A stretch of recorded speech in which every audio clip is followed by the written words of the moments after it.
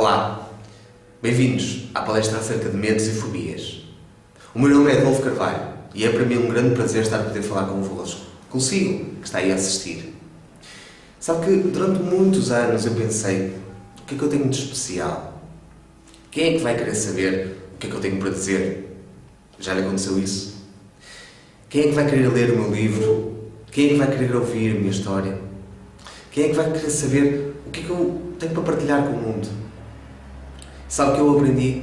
Aprendi que, independentemente de que nós façamos, independentemente da sua profissão, independentemente da família, independentemente das pessoas que estão à sua volta, você está cá com uma missão, com um objetivo. E esse objetivo é contar a sua história. E eu estou cá com o objetivo de contar a minha. E sabe que muitas vezes nós pensamos, foi um livro que mudou a nossa vida, foi um filme que mudou a minha vida, foi uma palestra que mudou a minha vida. Na realidade, nada disso foi o que mudou a minha vida. Foi uma história que eu ouvi. Uma história que alguém me contou. De várias formas. Um livro, palestra, filme, seja como for. Mas a história tocou-me bem lá no fundo e mudou alguma coisa em mim. Sabe que comigo foi uma frase. E a frase que determinou, de certa forma, o meu caminho num certo momento da minha vida foi um velho provérbio oriental que depois, mais à frente, eu vou partilhar consigo. Antes de começar, eu gostaria de lhe falar acerca de uma história e contar um bocadinho da minha vida pessoal, acerca de porque é que eu quero falar sobre medos e fobias. Na realidade, todos nós temos medos. Todos nós conhecemos alguém que poderá ter uma fobia, ou uma fobia específica, ou fobia social, ou agorafobia. Então, de certa forma, esta temática está sempre presente à nossa volta. E há uma história muito interessante que remete para a minha infância de um certo conto infantil. E este conto infantil, passado muitos anos, eu agora que tenho uma filha, com 5 anos, passado muitos anos eu voltei a reler aquele conto infantil e algo fez um clique dentro de mim. Eu lembro-me quando era pequeno, a minha mãe contava algumas histórias. Contava-me histórias quando eu estava na cama ou quando estava no sofá e ela contava histórias e eu sabia que a história servia para eu adormecer. Mas há uma coisa interessante que Christian Andersen dizia, é que as histórias servem para despertar os adultos também. Quantos de nós também já não mudou com essas histórias, esses contos infantis? Mudam o nosso caráter, alteram comportamentos, mudam até crenças que nós temos e valores que nós podemos ter. Então, a história é a história dos 3 porquinhos. Já ouviu falar dessa história dos 3 porquinhos? E do lobo mau? A minha filha adora essa história e está numa fase que gosta de ouvir essa história quase todos os dias. Ela ouve num CD, porque tem em audiobook, ouve os pais a contar e adormece também com a história. Então, quando eu era pequeno, eu lembro-me que quando me contaram essa história, os 3 porquinhos, de certa forma, nós identificávamos com um dos 3 porquinhos. E a história é mais ou menos o seguinte, de uma forma muito sucinta. A mãe de 3 porquinhos disse: agora, filhinhos, está na hora de vocês irem para a vossa vida, de construírem a vossa casa. Tenham cuidado com o lobo mau. Então, 3 porquinhos, com idades diferentes uns dos outros, mas davam-se muito bem, eram muito amigos. E eles então viram-se cá fora, tinham que utilizar as ferramentas que tinham aprendido até este momento. Então, o que é que eles decidiram fazer? Bem, um porquinho mais velho estava sempre preocupado. Ouviu as palavras da mãe dizer: lobo mau, eu tenho que construir a minha casa. Então ele começou a construir a casa. E quis construir uma casa muito segura. Ele estava sempre preocupado com o lobo mau. Ele não conseguia pensar em mais nada. A brincadeira deixou-o para trás e começou a trabalhar na sua casa. Disse aos irmãos mais novos, o do meio e o mais novito, para eles construírem também a casa deles. Ora, o porquinho mais velho estava sempre preocupado. O porquinho do meio, ele pensou nas palavras do lobo mau. Realmente é perigoso, é melhor eu proteger-me. Então, começou a construir a casa, mas olhou para o irmão mais velho e disse: mas ele está sempre ocupado, sempre ali preocupado com a casa, ele não faz mais nada. Isso para mim não é qualidade de vida. Então eu vou construir uma casa com um material mais rápido e depois o resto do tempo vou-me divertir. Então assim o fez, construiu uma casa de madeira. O irmão mais novo, bem, não queria saber daquilo para nada. Ele ouviu o lobo mau, ok, mas tudo bem, eu quero é brincar, eu quero é divertir-me, eu quero é ir jogar a futebol e brincar com os meus irmãos. Ora, a questão é que os irmãos estavam a trabalhar e o porquinho mais novo disse: bem, vou-me divertir sozinho. E ele se divertindo sozinho. Então tínhamos os 3 porquinhos. O porquinho sempre preocupado e ansioso, com medo do lobo mau. O porquinho que ao mesmo tempo tinha medo, mas também queria se divertir. E o porquinho mais novo que estava completamente descontraído. O tempo foi passando e o irmão mais velho acabou de construir a casa segura, feita de tijolo. O irmão do meio construiu a casa muito rapidamente, feita de madeira. E o porquinho mais novo ainda não tinha construído a sua casa. Estava a passar um vendedor de palha e ele pediu um pouco de palha. Oh, dê-me um pouco de palha, disse o porquinho mais novo. E construiu a sua casa com palha. Fê-la num dia. Foi rápido. E viveu lá, pensando que estava seguro. O que conta a história é que o lobo mau, entretanto, vem e começa pelo porquinho, pela casa de palha. Bate à porta, o porquinho mais novo lá dentro a tremer, não abre e o lobo mau sopra a casa de palha. E como aquilo é de palha, está fraquinho, não tem bases, não tem raízes que sustenta, aquilo não tem alicerces, não é? A casa vai pelos ares. Então o porquinho mais novo foge para a casa de madeira do irmão do meio. O lobo mau segue e bate à porta da casa de madeira e acontece a mesma coisa. Sopra e como a madeira... O lobo mau necessitou de um bocadinho mais de esforço para soprar a casa de madeira. Mas a madeira, entretanto, vai pelos ares e os 2 porquinhos, o do meio e o mais novo, fogem para a casa do irmão mais velho. E estão lá dentro seguros. E o irmão mais velho diz: vamos com calma, porque esta casa está segura, eu passei muito tempo a construí-la. Entretanto, o lobo mau chega lá, bate à porta e diz: vou ter um almoço de rei. A minha filha adora esta expressão. Vou ter um almoço de rei, 3 porquinhos, é mais do que eu estava à espera, maravilha. Entretanto, sopra e a casa não vai pelo ar. Quando tenta subir a chaminé, porque viu que realmente tinha uma chaminé e que podia entrar na casa pela chaminé, o porquinho mais velho não tinha planeado aquilo, não sabia o que havia de fazer, e foi o porquinho do meio que disse: calma, vamos fazer desta forma, vamos colocar um caldeirão cheio de água a ferver e quando ele descer a chaminé, põe a pata no caldeirão e foge. Assim pensaram e assim o fez. E assim o fizeram. O lobo mau desceu pela chaminé, colocou o pé no caldeirão, gritou, deu um grito enorme, saiu pela chaminé fora e acabou-se a história. E os 3 porquinhos viveram felizes para sempre. Quando eu ouvi esta história, quando a minha mãe me contou esta história, eu pensei: bem, isto aqui, o porquinho mais velho é que tinha razão, não é? O porquinho mais velho é que realmente construiu uma casa segura. Eu quero ser o porquinho mais velho, pensei. De certo modo, é isso que se calhar a psicologia do conto, deste conto em particular, nos diz. É que ser responsável, organizado, planear, faz com que nós nos tornemos pessoas mais preparadas, certo? O medo, de certa forma, o que nos ensina a história é que o medo prepara-nos melhor. Agora, é interessante perceber que, passado tantos anos, aquela história ainda continuava dentro de mim. Passado tantos anos, eu a contar e a ouvir a história através do audiobook para a minha filha, fica com uma percepção diferente. E é por isso que estou a partilhar consigo aqui agora. Fiquei com a percepção de que, na realidade, o porquinho mais velho não tem qualidade de vida. Ele passa o tempo preocupado. Passa o tempo preocupado com o lobo mau.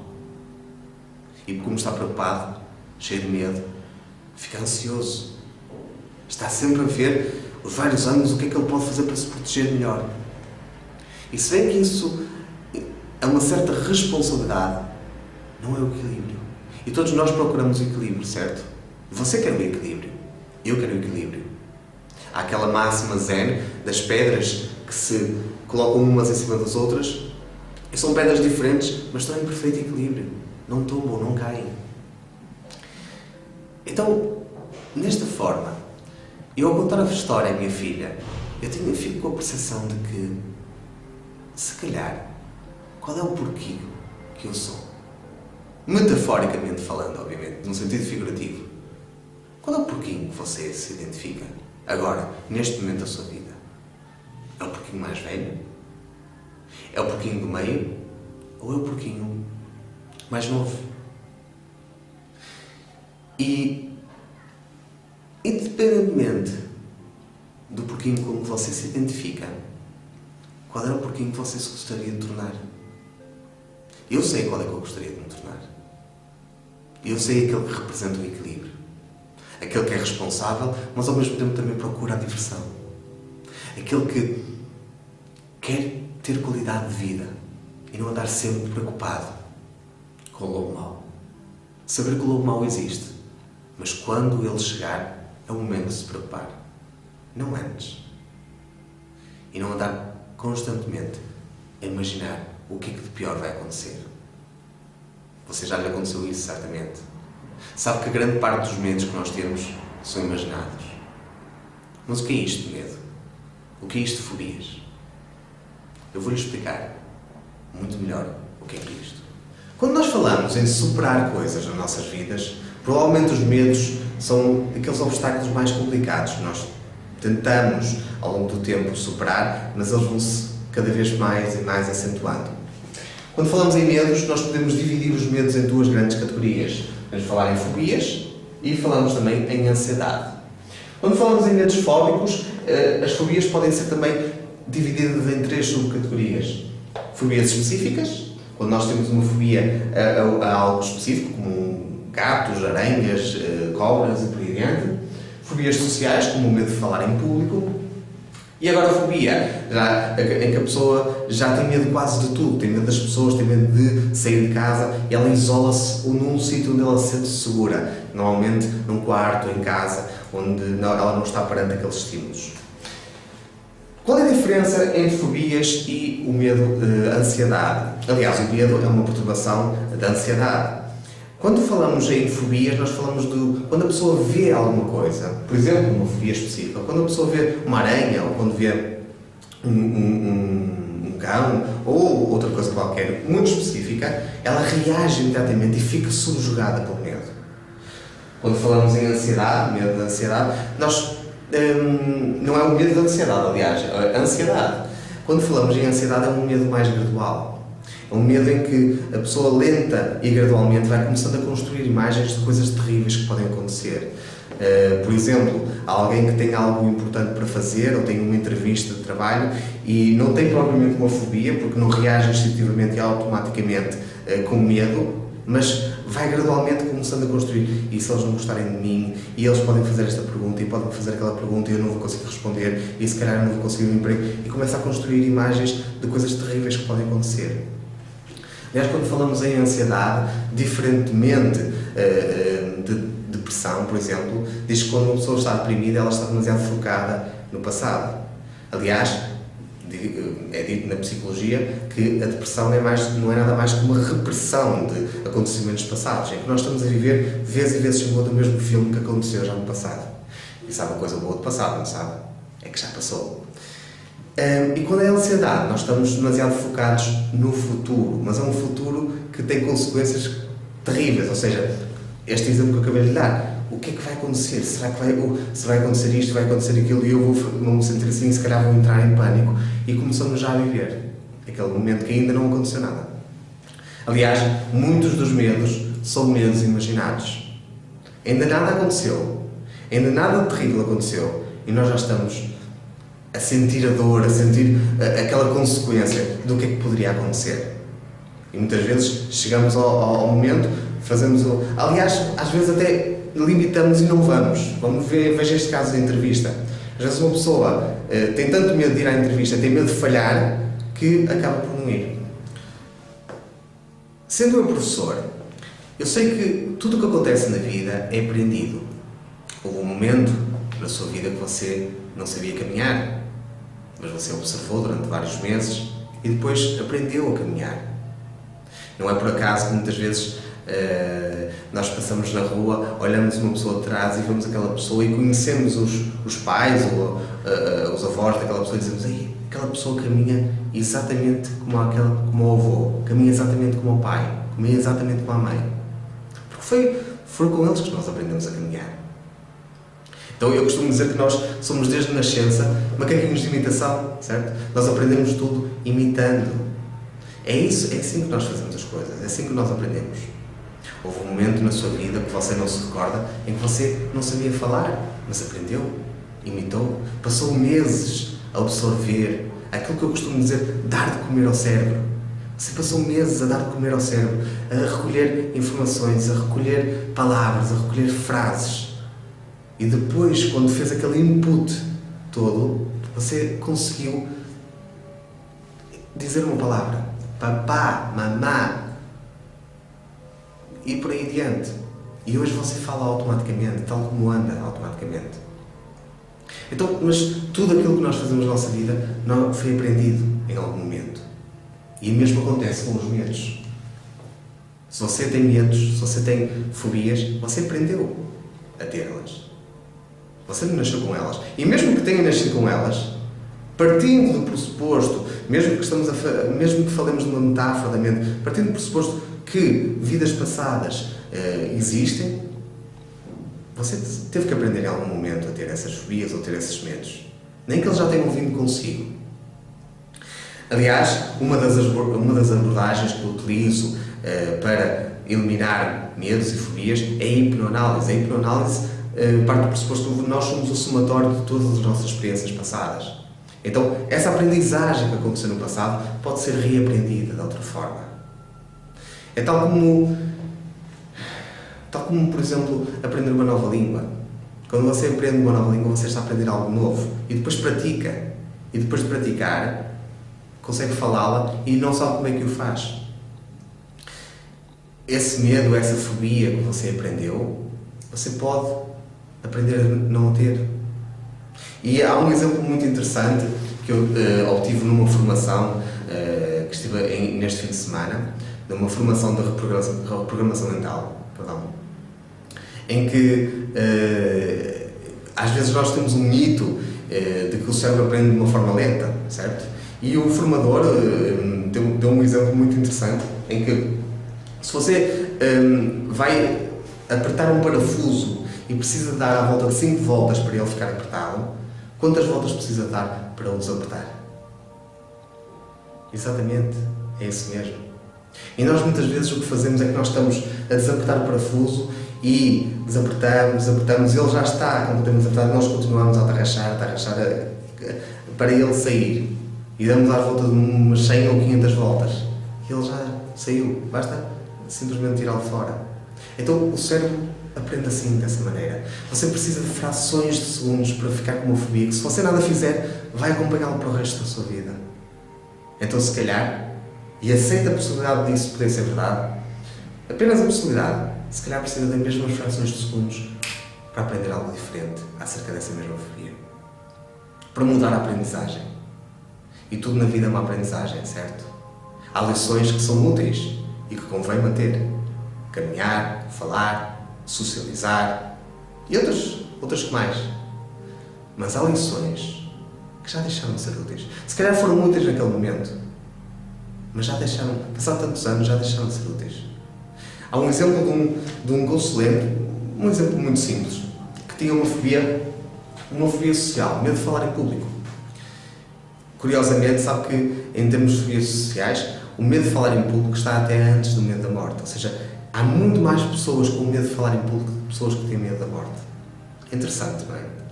Eu acredito que vem tudo desde os primeiros anos de vida, desde que às vezes nós estamos na escola e os professores colocam-nos, e eu estou a falar como professor, os professores colocam-nos à frente da turma e dizem assim: anda lá, diz, agora mostra o que é que sabes. E o aluno fica constrangido e começa a aprender que estar em público é constrangimento, que estar em público é incomodativo, estar em público é desconfortável. Aprendeu isso nesse momento. E se reforçou esse comportamento conforme o tempo, ele vai se identificar como uma pessoa que tem medo de falar em público. Então tive um senhor que ele trabalhava com seguros, era perito de seguros, e um perito de seguros o que vai fazer é avaliar se o carro, o acidente, o que é que aconteceu naquele momento, e depois vai ter que comprovar, muitas vezes em tribunal, que aquilo que ele avaliou é verídico. Então, ele quando veio ter comigo para conseguir resolver esta limitação que ele já tinha neste momento, eu fiz-lhe uma pergunta: porquê agora?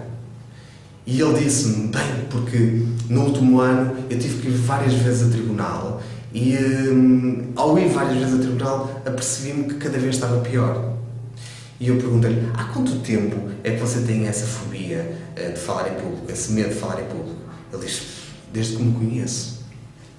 Eu disse: e só agora, ele tinha à volta de uns quase 50 anos, só agora é que você procura resolver? Ele: sim, porque já está no ponto derradeiro da sua função. Já basta. Eu disse: exatamente. Muitas vezes quando nós pegamos na mão e batemos na mesa e dizemos assim: basta, acabou, eu não quero mais isto da minha vida, esse é o momento certo para resolver. Esse é o momento certo para mudar alguma coisa. É nesse momento que você só precisa de um empurrãozinho. Então ele veio ter comigo e disse-me: basta, acabou, eu quero resolver isto. Eu disse: ótimo, assim posso ajudá-lo de uma forma muito breve. Você quer sair já daqui hoje com isso resolvido? Ele disse: quero. Ok. Eu podia ter usado várias abordagens: programação neurolinguística, uma técnica de inoculação do stress, mas eu queria ir logo à origem do problema e ver onde é que ele tinha aprendido aquilo. Quando eu lhe perguntei: olha, qual é a primeira lembrança que você tem acerca desse medo? E ele disse-me uma altura mais ou menos de 12 anos de idade, em que ele estava na escola e realmente ele estava a professora, já não me recordo se era matemática ou outra disciplina qualquer, mandou-o ao quadro e ele estava a fazer um exercício. Entretanto, quando ele está a explicar aos colegas e à professora o exercício, ele engasga-se e toda a gente se começa a rir. Ora, ele diz que essa é a primeira memória que ele tem desse evento. Eu, olhando para ele, eu sabia que não era a primeira memória. Eu sabia que tinha sido nesse momento que isso se tinha tornado um problema. Mas então a aprendizagem tinha ocorrido antes desse momento. Podia ter sido imediatamente antes, ou podia ter sido uma experiência muito anterior a esse momento dos 12 anos de idade. Quando nós fazemos uma técnica que se chama hipnoanálise rápida, em que o inconsciente mostra ao consciente e onde é que está, onde é que foi feita essa aprendizagem, ele vê um momento na sua própria vida, vê um momento em que ele tem à volta de 6 anos de idade, e ele está numa festa de anos, é a festa de anos dele, e ele pede à mãe para levar o bolinho de aniversário, do bolo de aniversário do frigorífico para a mesa. Ele, quando está a levar, já está a imaginar o que aconteceu, não está? Quando está a levar, ele tropeça em alguma coisa, acho que foi um balão, e o bolo cai e parte todo ao meio. Obviamente que a mãe disse: ai meu Deus, o meu bolinho, passei tantas horas a fazê-lo. Toda a gente a rir-se e ele ficou muito envergonhado. Mas tudo passou naquele momento. Deu uma corrida em frente, num sentido figurativo, obviamente. Toda a gente disse: não faz mal, não há problema, pegaram o resto do bolo, ainda cantaram os parabéns, riram-se sobre aquilo, ele riu-se sobre aquilo. Ficou tudo bem. Ficou tanto tudo bem que ele nem se lembrou desse episódio mais à frente. Mas foi aí onde começou. Foi aí que ele aprendeu que fazer alguma coisa em público era sinal de vergonha, era sinal de embaraço, era sinal de desconforto. Foi aí que ele aprendeu a primeira vez.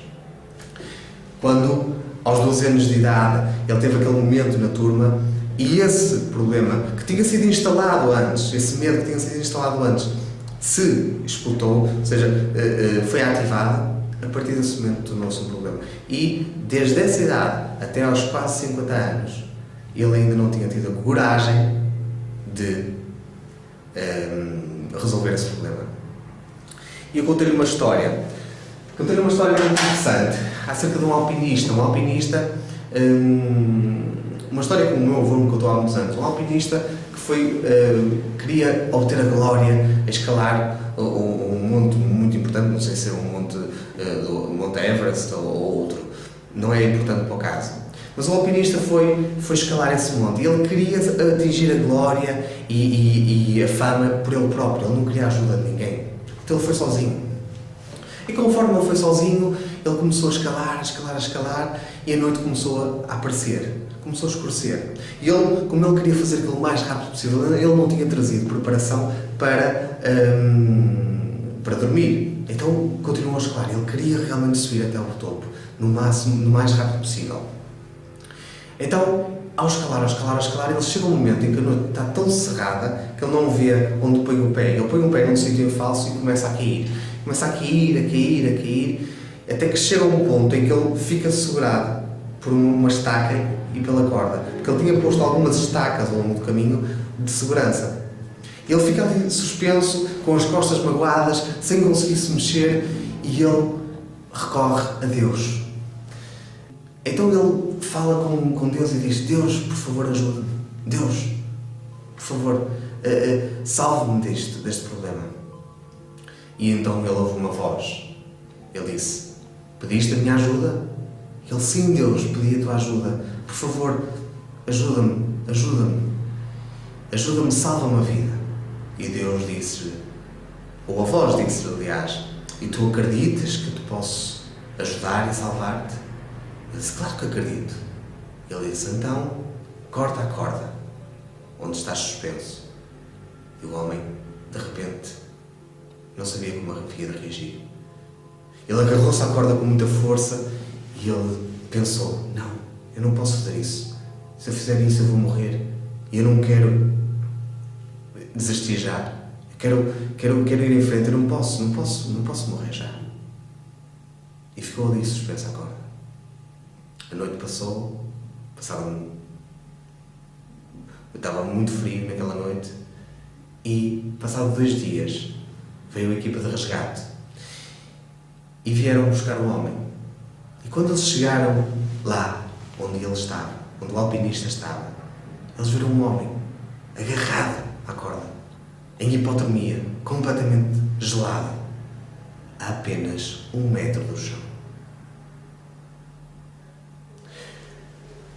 Quando eu contei esta história a esse meu consulente, eu vi que ele estava a pensar, a refletir se valia a pena ter medo. Eu ensinei-lhe que o medo é importante. O medo ajuda-nos a nós prepararmos melhor para as coisas. Ajuda a nós conseguirmos ter a noção do que é perigoso e o que não é. O medo é importante. Ele não deve limitar-nos.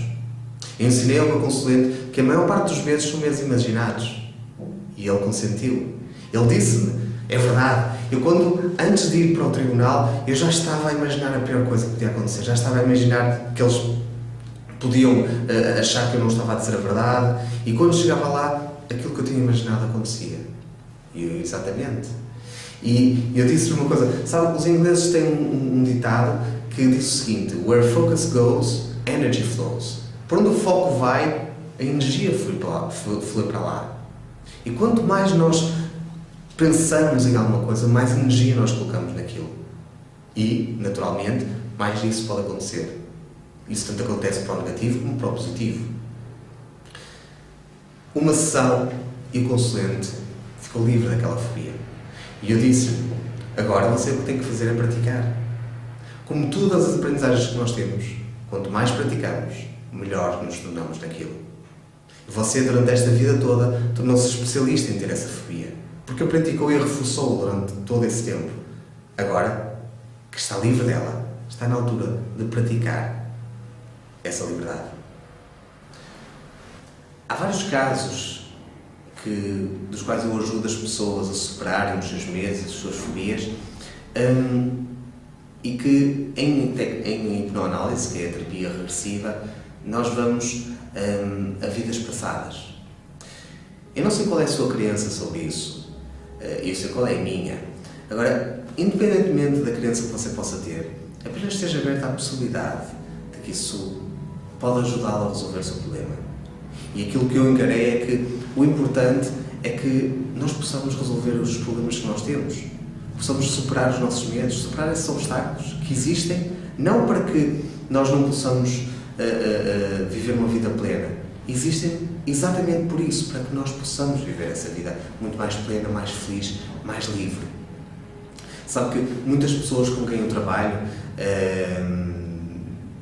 elas têm fobias e medos e vêm ter no consultório, e quando eu pergunto: olha, o que é que você faz? Só a título de curiosidade, não é que isso seja importante para eu conseguir ajudar, mas o que é que você faz? Qual é o seu trabalho? Sabe que normalmente as pessoas que têm esses medos, essas fobias, fazem algo em que estão confrontadas com esses medos e fobias. É interessante.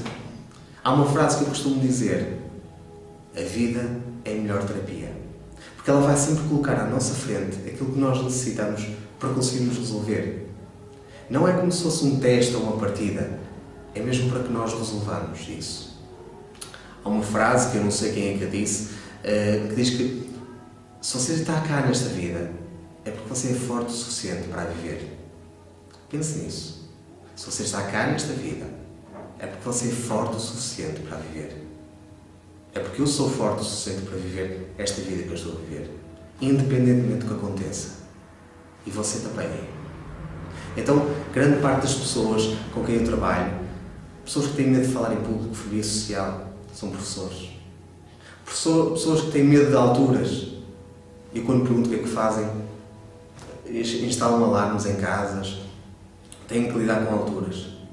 Pessoas que têm medos de animais, em alguma altura da sua vida, são confrontadas com o terem que confrontar e superar esse obstáculo. Pessoas que têm medo de espaços fechados, trabalho com uma senhora ainda há pouco, ainda ontem, ao final do dia. Pessoas que têm medo, uma senhora que tinha medo de espaços fechados, arranjou agora um emprego, já estava desempregada de longa data, arranjou um emprego em que tem que entrar em elevadores para executar o seu trabalho. E várias vezes ao dia. É que nem tem a possibilidade da escada, porque o trabalho envolve ter que levar um carrinho, porque é um trabalho num hospital, ter que levar um carrinho com toalhas e as coisas necessárias para os doentes, os pacientes, desculpe, e tem que ir de elevador. É interessante. E isto acontece sucessivamente. Portanto, se você está numa dessas posições, se você tem uma posição de que está a ser confrontado com o seu medo, não fuja dele. Porque você pode fugir, mas ele vai persegui-lo. Porque ele está dentro de si. E não é a situação em si que lhe está a causar medo. É algo que acontece no seu cérebro. É algo que acontece dentro de si, no seu interior. Então, se é algo que acontece dentro de si, você pode mudar, mas tem que mudar no seu interior. Exatamente dentro de si. Há muitos casos que eu trabalho em que as pessoas vão à origem do momento onde aprenderam. Eu gosto de utilizar esta palavra. Aprenderam a ter esse medo. Onde é que foi que aprendeu? E eu então digo sempre, vá até o momento onde você aprendeu a ter esse medo. Porque houve um momento onde isso aprendeu. E muitas vezes vão vidas passadas. E, independentemente de acreditar ou não, o que eu descobri é que, quando nós falamos em vidas passadas, e falamos numa intemporalidade da alma, certo? Eu já reparei que, quando a pessoa, naquele momento da morte na vida passada, ela contrai esse medo e aprende-o a ter nesse momento, ele aqui nesta vida é muito mais forte, muito mais poderoso. Ele somatiza muito mais no corpo. Eu não sei, talvez a razão que consigo arranjar plausível para isso é que nós, durante a nossa vida, nós arranjamos formas de lidar com os nossos medos, certo?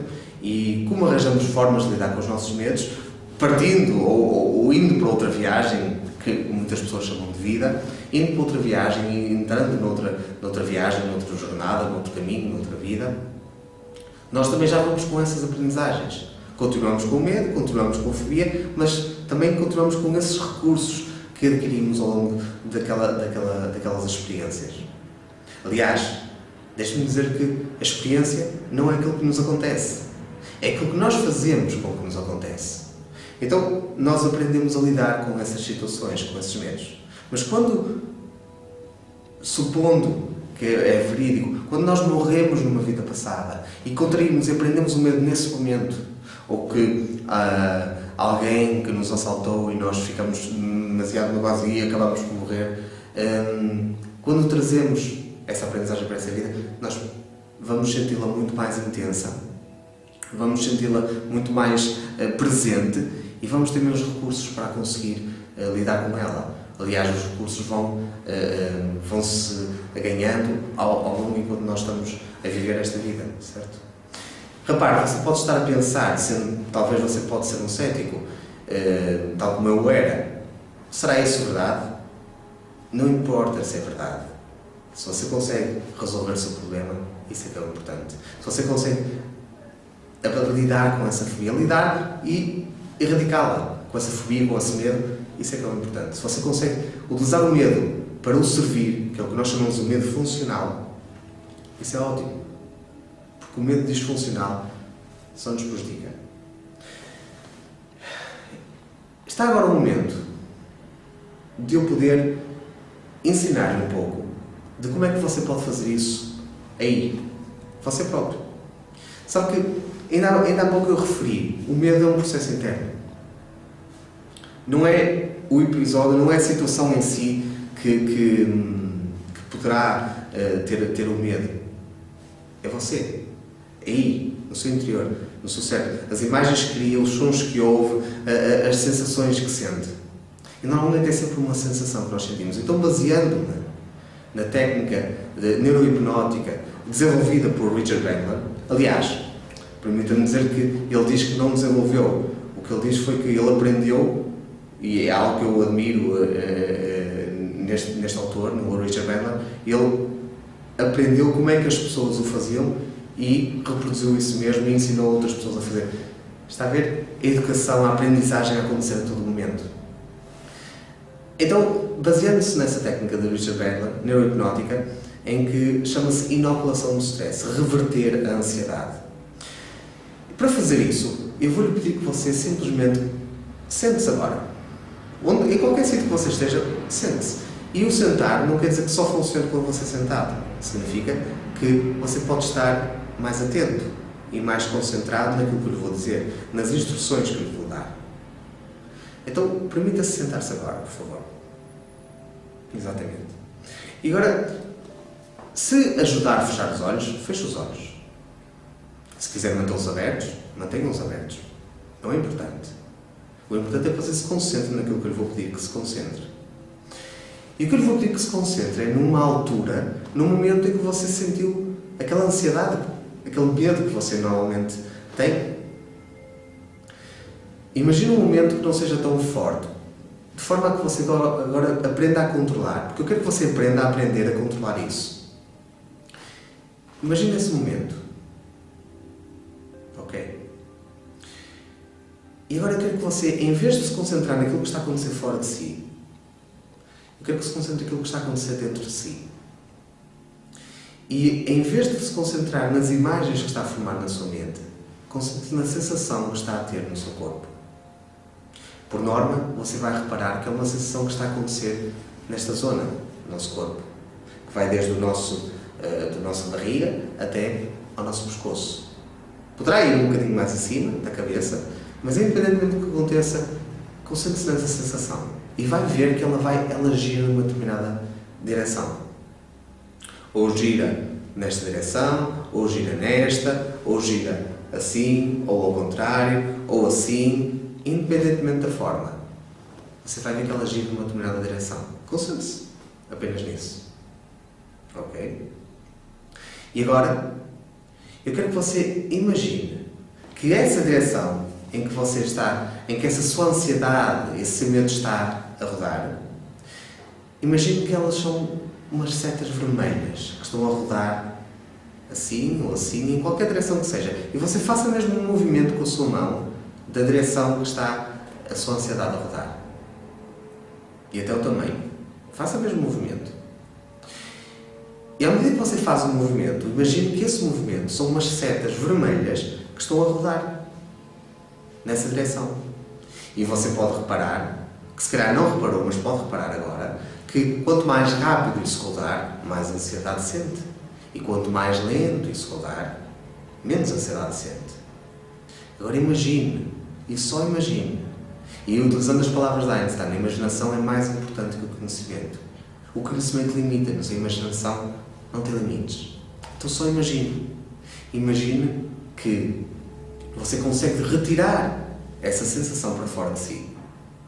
Só imagine. Você consegue retirar esse círculo, essas setas vermelhas para fora de si e agora virá-as ao contrário. Em vez de elas estarem, isso quer dizer que em vez de elas estarem a girar nesta direção, por exemplo, giram na outra direção. Exatamente. Viras ao contrário. Ótimo. E quando as vir ao contrário, deixe que elas se transformem de vermelho para uma outra cor. Talvez azul ou branco. Pode ser azul, como você quiser. Uma cor muito mais clara e agradável. E agora eu quero que você veja essa sensação, essa mesma sensação que estava no seu interior, a rodar fora de si, no sentido contrário. E com uma outra cor. E quando isso já estiver acontecido, eu quero que você pegue nessa sensação e volte a pô-la no mesmo sítio onde estava. Já o fez? Ok? Agora concentre-se. Concentre-se nessa sensação nova, que está exatamente no sítio onde a outra anterior estava, e tente sentir-se ansioso com essa sensação. E você vai reparar que essa nova sensação, com essas setas dessa cor, se você fizer rodar isso mais rápido nessa direção, vai se sentir ainda melhor. Experimente. Agora que você experimentou a como controlar a sensação de ansiedade dentro de si, lembre-se, é como um músculo. Quanto mais você pratica com aquele músculo, mais o vai desenvolver. O cérebro é exatamente a mesma coisa. Quanto mais agora você praticar esta nova sessão com várias alturas da sua vida, exatamente essa técnica, você mais perfeito vai se tornar, não é? Os ingleses têm um ditado que é "Practice makes perfect". A prática faz a perfeição. Então, quanto mais praticar, mais vai estar a desenvolver essa sua capacidade. A capacidade que você agora acabou de aprender.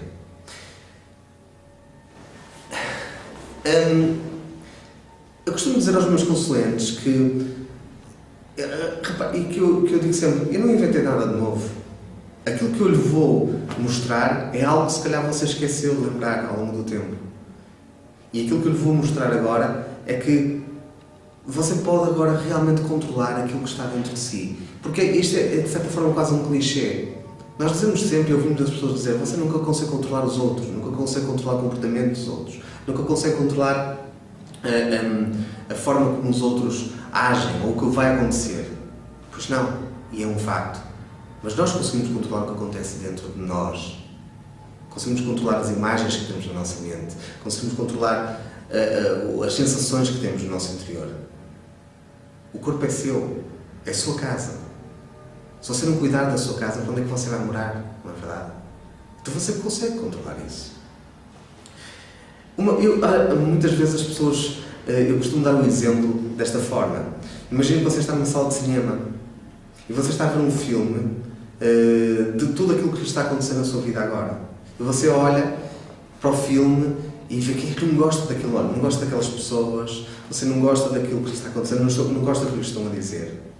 E sabe o que é que nós muitas vezes infrutíferamente tentamos fazer? É chegar perto do palco, chegar perto da tela de cinema e tentar mudar as coisas. Tentar pegar nas pessoas e mudá-las de lado, de sítio. Tentar mudar as frases que elas estão a dizer. Mas nunca muda. Porque não é na tela que nós temos que mudar as coisas. Se nós realmente queremos mudar aquilo que está ali na tela a ser projetado, nós temos que ir a um sítio muito especial. É o sítio onde está a ser projetado o filme. É no projetor, naquela sala que se chama a sala de controle, naquele sítio lá em cima. Não é verdade? Então é na sala de controle em que nós podemos lá ir, pegar na fita, cortar os excertos da fita, ou mudar até a fita e colocar um novo filme a dar. O filme ideal. Mas nós temos que ir lá, à sala de controle, lá dentro. Pois é lá dentro onde se fazem as mudanças. E você também tem uma sala de controle. Eu também tenho uma sala de controle. Aquela sala de controle de onde, no meu projetor, que são os meus olhos, as minhas sensações, os meus ouvidos, está tudo a ser projetado. Mas está a ser projetado de cá dentro. Daqui. Então, como está a ser projetado, eu tenho que lá ir, se quiser mudar alguma coisa, para depois projetar coisas diferentes. E é aqui onde a verdadeira mudança acontece. É cá dentro, desde o interior. Conta uma lenda que estavam duas crianças a patinar em cima de uma pista de gelo. De repente, passado algum tempo, uma das crianças escorrega, cai, o gelo quebra e ela cai à água, gelada, debaixo daquele gelo. Sem pensar, a outra criança pequenina simplesmente pega no seu patinho, na lâmina de gelo, e começa a partir, a tentar quebrar aquele bocado de gelo para salvar a outra criança. E eventualmente, passado algum tempo, ela consegue quebrar, tira e ela é salva. Quando vem a equipa de resgate, os bombeiros, eles quando chegam veem o que aconteceu e acham aquilo incrível. Como é que é possível? Aquela rapariga conseguiu salvar a outra. Mas como é que é possível? Ela é tão pequenina, tão frágil. Como é que ela conseguiu quebrar o gelo e salvá-la? Entretanto, estava um homem, um ancião, a assistir a tudo aquilo. E ele disse: eu sei como é que ela conseguiu. E os bombeiros perguntaram: então conte-nos como é que ela conseguiu fazer aquilo. Ela que é tão pequena. Ela conseguiu fazer aquilo, disse o ancião, porque ela não tinha ninguém ao lado dela a dizer que ela não conseguiria fazer. E ele disse: se você pode imaginar, você pode conseguir. Obrigado por ter assistido a esta palestra. Eu espero que tenha gostado. Eu gostei de falar consigo. E embora eu não tenha ouvido aquilo que você tinha para dizer, eu sei que você talvez saiba que você ouviu esta palestra por algum motivo. E embora eu saiba que não sei qual é o motivo pelo qual você ouviu esta palestra, mas eu sei que é para o seu mais alto bem e equilíbrio. Eu sei que foi para contribuir alguma coisa para si. Você que é especial.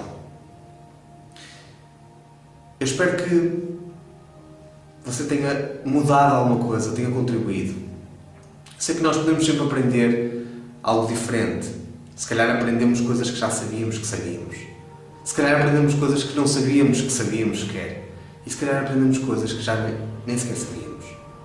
E independentemente daquilo que aconteceu, lembre-se sempre disto. Você está cá por um motivo. Para contar a sua história. Então, vá em frente. Sem medos. Conta a sua história. Conta a sua história para alguém especial. E deixe essa pessoa, com essa sua história, conseguir sentir-se uma pessoa mais plena, mais feliz, mais capaz, mais livre. O meu nome é Adolfo Carvalho e foi um grande gosto poder falar consigo. Até breve.